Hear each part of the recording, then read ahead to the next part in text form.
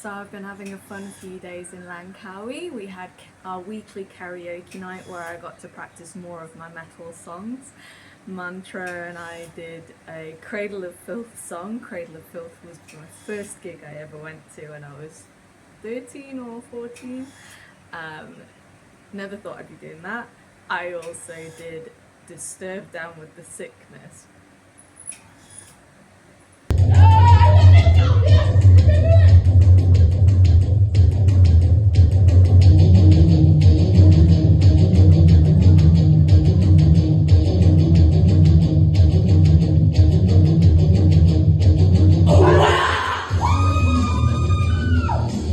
I'll spare you the rest of it because it was funny but it wasn't good. But I did it. Went with what felt good.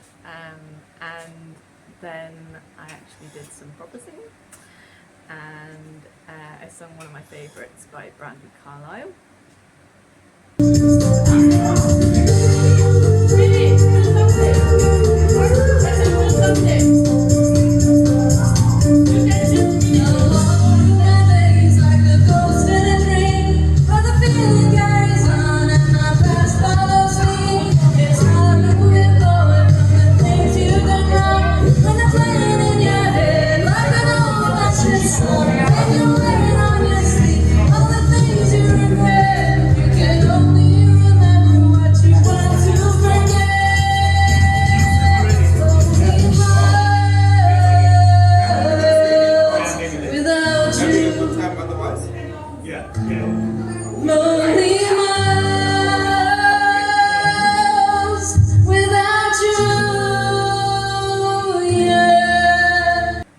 And on my day off I had an amazing day with some of my friends from the hostel and meeting some of the local guys, and we went to an arts cafe where we painted all day and made music.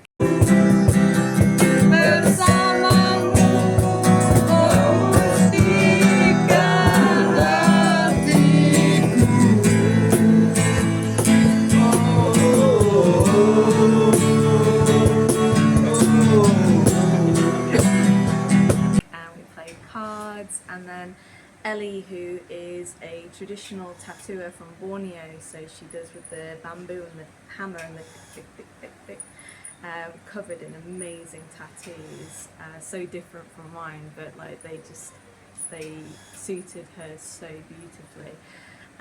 She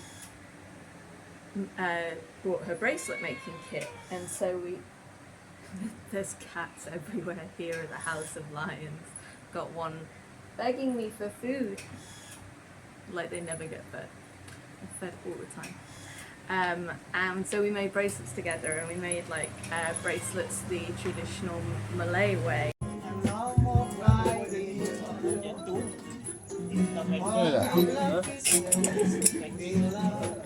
It's in the making.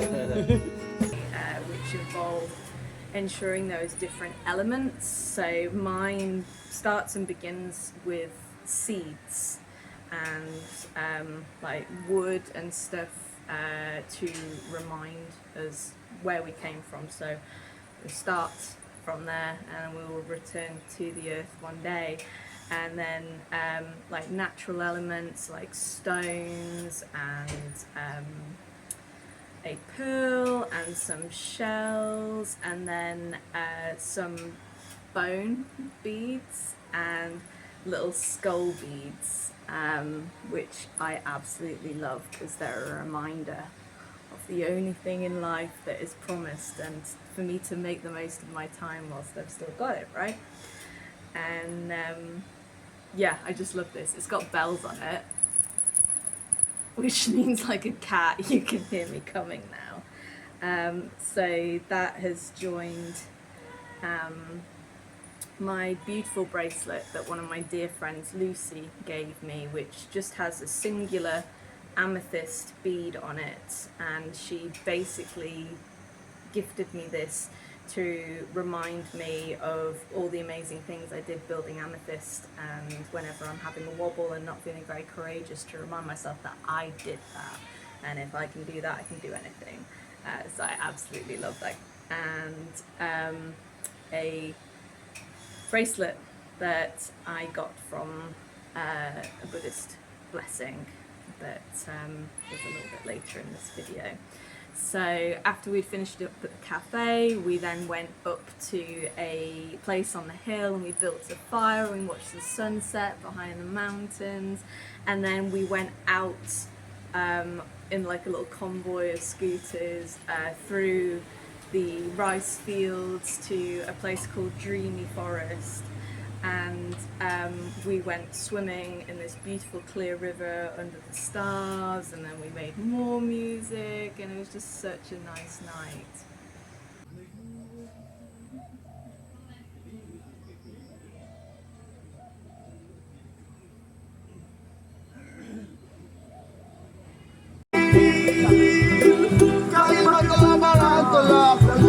Tak usah engkau ragukan, kita datang dari Dia, kita pulang padanya.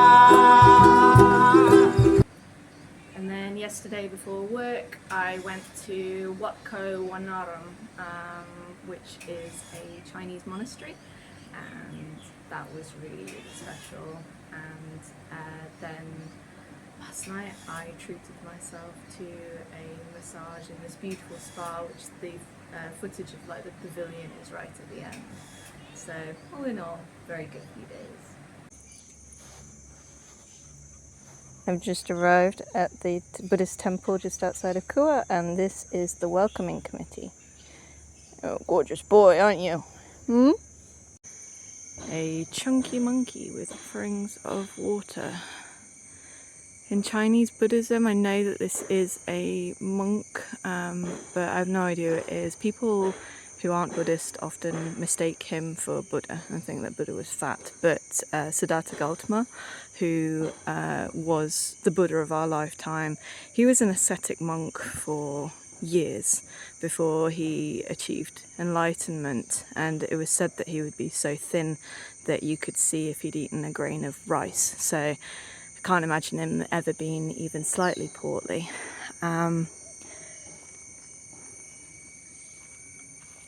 But look at all these stupas. This is incredible.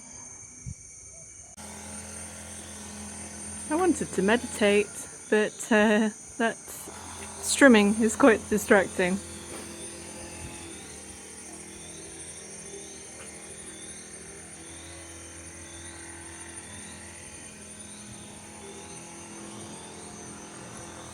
There are terrapins in the water.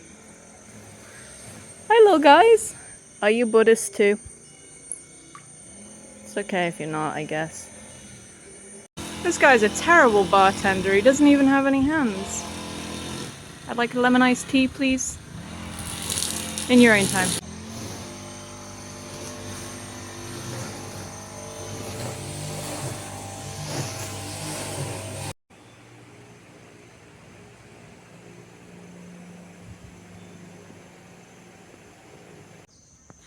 So I found the monk and he gave me a blessing of protection, and it was in Pali, so I understood a little bit of it. And then he tied a little bracelet around my wrist, which just so happens to be the colour of the 3 jewels, so I like that. For those who aren't Buddhist, the 3 jewels are the Buddha, the Dharma, which is the teachings of the Buddha, and Sangha, which is the Buddhist spiritual community. We depend on the 3 jewels for stability and to keep us on our path. So yeah, I'm so glad that I made the trip out here. It was about 40 minutes, maybe 50 minutes with the speed that I went on my scooter, second trip. Yeah, it's well worth a visit. I'm so happy that I came here, feeling very blissful, and then I did some chanting in the prayer hall.